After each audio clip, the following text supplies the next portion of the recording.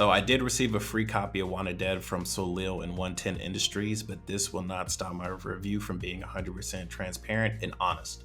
I want to say that Wanted Dead is a fun hack and slash, and you can tell that the developers did put heart into this, but heart is just not enough. One of the best things about Wanted Dead is the graphics. The level design is fun, they're varied, and they get across the theme that they're going for. It feels like every environment in Wanted Dead had its own little story in the grand narrative, but this whole grand narrative is pretty confusing and pretty underwhelming. So let me talk about this story. The way Wanted Dead starts is with the main character in prison. She soon then gets a knock on the door by the warden, and before the warden can finish her request, she signs herself up to basically become part of the Suicide Squad. The way this program works is they take convicted felons and give them a lighter sentence by making them do all the grunt work when it comes down to police procedure. So they're the ones kicking in the doors and risking getting their heads blown off because why not? Plausible deniability. The issue is the story doesn't continue with this cool concept. Instead, it turns into a story about how a synthetic company is becoming so powerful that they have more power than the police and the military. With a general that has the face that says, "Hey, I'm the final villain," just written all over it.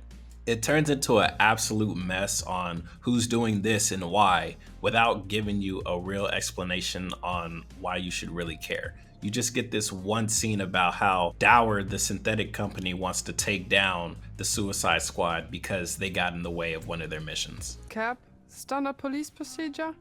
Stop playing dumb with me, girl. We're in deep.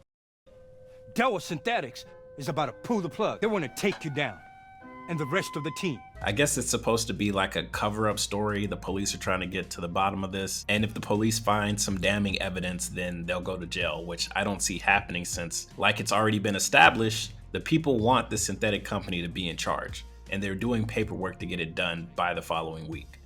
Honestly, man, I checked out of this story around halfway through because the only interesting parts are about the main character and her flaws and her problems in her past. The thing is, you don't get to really explore her past. You get bits and pieces. That's it. You don't understand why she's in jail. You don't see how she got in jail. All you get is a file saying she was a lieutenant, then she did some terrorist crimes, and now she's in jail, and then she gets out because of this program. That's all you get, and it's a collectible that you can miss. If we talk about the characters, they're honestly not that much better. Each character I find a little bit interesting, but they're not fleshed out in the game whatsoever, so you can't really become attached to any of them. You got the one guy who makes all the crude jokes. His dad goes, "Get out of there, son, you're being fucked." What? You got the one nerdy guy who's also the medic. I don't know. How does it feel going down in your system? Bro, what are you talking about, man? And you have this one silent character who just so happens to be the best character in the game. Maybe it's because he doesn't talk and he uses sign language, but everybody else is meh. The captain, he's supposed to be the father figure of the group, but instead it just sounds like an old man upset about everything. You fuck with the wrong people, and I don't have the time to fuck with you, mom. The main character, she's not much better. She's rude, she cusses a lot, and she berates the team. You seem to be very hostile today, Hannah. Today. Shut the hell up, all of And at the same time, it's supposed to feel like, oh, they're one coherent unit. And the only time you really get the camaraderie is in the gameplay, when the medic constantly says, "Man, I really enjoy being part of the team." Or whenever the main character compliments the silent character saying, "Oh, good job, nice kill." Like, that's it. That's all they have with each other. There's another side character involving the armorer, and she's supposed to be like the naive, beautiful girl type. And I just don't understand it. She loves cats. And that's her whole character. She loves cats, she loves guns because she's the armorer. And the one thing that the developers decided to do to make it seem like these characters were actually bonding or they actually had some type of teamwork was add mini games. Except this isn't Yakuza.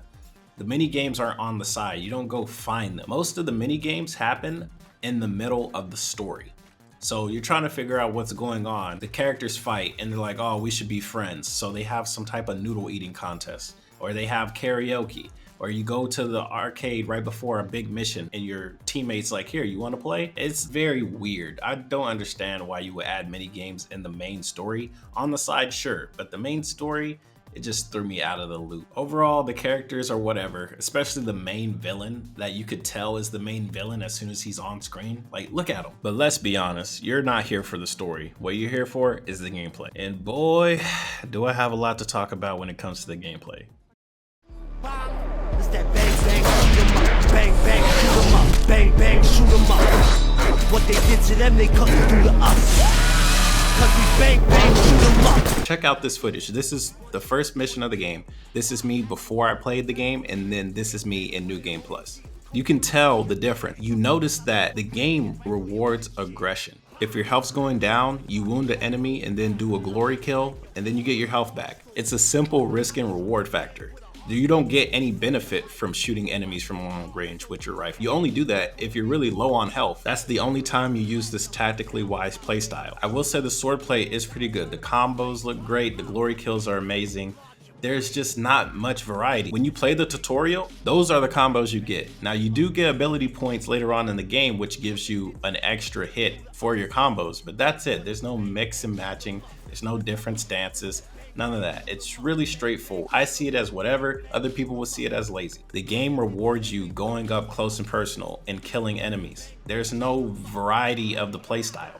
You either do that or you die, because these later areas in the game get absolutely ridiculously hard. The gameplay is like a mix of Sifu and Metal Gear Rising. One thing I will praise the combat for, it does force you to get good, because by the end of the game, you're facing these big guys, you're facing guys with dual katanas, they're jumping all over the place. If you try and shoot them with the grenade launcher, it does 0 damage. If you try and shoot them with your rifle, they're gonna be moving around. So you gotta pick and choose your battle wisely. You do get stim packs like Jedi Fallen Order, and your AI teammates do damage. I've actually went one-on-one with a cyborg. After I kill him, okay, I'm gonna go help my teammate. Oh, he already killed the other cyborg. Nice. So that is a good thing that the AI teammates do contribute to the fight. But when it comes down to the AI of the enemy, these guys are morons. You can't really predict what these guys are gonna do. They're either gonna run straight at you, or they're gonna run away from you, or they're gonna be rolling in the corner.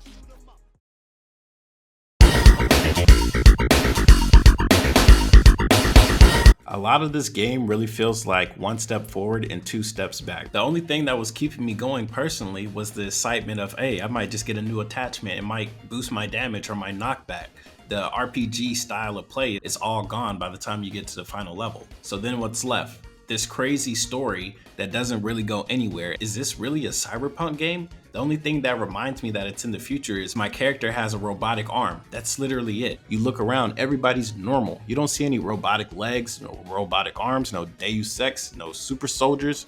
You just get androids and military guys. That's it. And when you cut them open, they're still red, so there's nothing special about them. When it comes to replayability, this game has 0 to none. They give you a New Game Plus, but you don't even get to play on the hardest difficulty on New Game Plus. That means the only way to play the hardest difficulty is just new game. So I don't get to really enjoy just testing my skills, period. I have to go through the grind of getting the ability points to level up to my max potential, which they do give you a lot of points to level up with. I was max level before the second to last level. So they do give you ample points. But like I said, once the customization is gone, you're left with just story and enemies. Even though I had fun with the game, there was nothing to it. The story was whatever. The customization was very limited. The atmosphere was missing the cyberpunk touch. The characters were very annoying. The lines they read weren't good. There was nothing to make me come back and say, okay, maybe I should play on the hardest difficulty. The New Game Plus isn't even a real New Game Plus. Last time I checked, New Game Plus means, okay, you got your abilities and you can go and play the hardest difficulty. You don't even get that with Wanted Dead. Honestly, it's just a big disappointment. Definitely not worth $60, and it's sad because I was really excited for this game. I saw the gameplay, I'm like, oh, this looks cool, this looks up my alley. And I played, I'm like, yeah, the game is fine, but everything else is just so poorly made. And that's why Wanted Dead is getting a 5 out of 10.